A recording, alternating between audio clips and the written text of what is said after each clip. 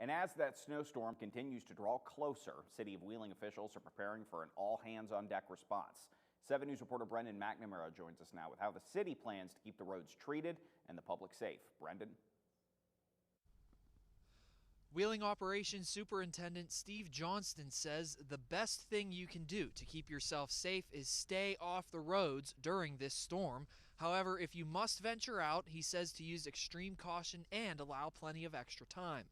With snow expected to begin late Saturday night and continue through early Monday morning, the city expects to have crews on the roads for at least 24 hours.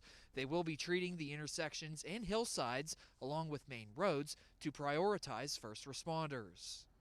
Initially, the crews will be out trying to make sure that they're able to treat the areas, the hillsides, the most frequently traveled areas, making sure we have enough product on hand. It's been difficult. There have been reports of shortages, but we've been very lucky in that regard.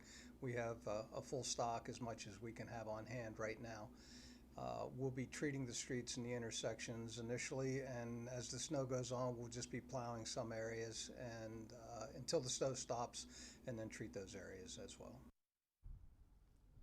Wheeling has a total of 16 plow trucks, and at least a dozen of them will be on the roads during the storm.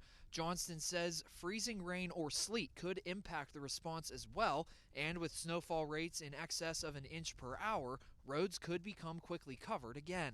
There is also a concern that the salt will not be as effective with the extremely cold temperatures expected to follow this storm.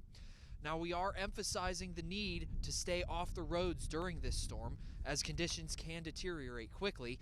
If you are planning to be out on the roads during the snow, make sure to leave yourself plenty of extra time, go very slow, and allow a lot of room for those snow plows to do their jobs. Reporting live in Wheeling for 7 News, I'm Brendan McNamara, working for you. Thank you, Brendan.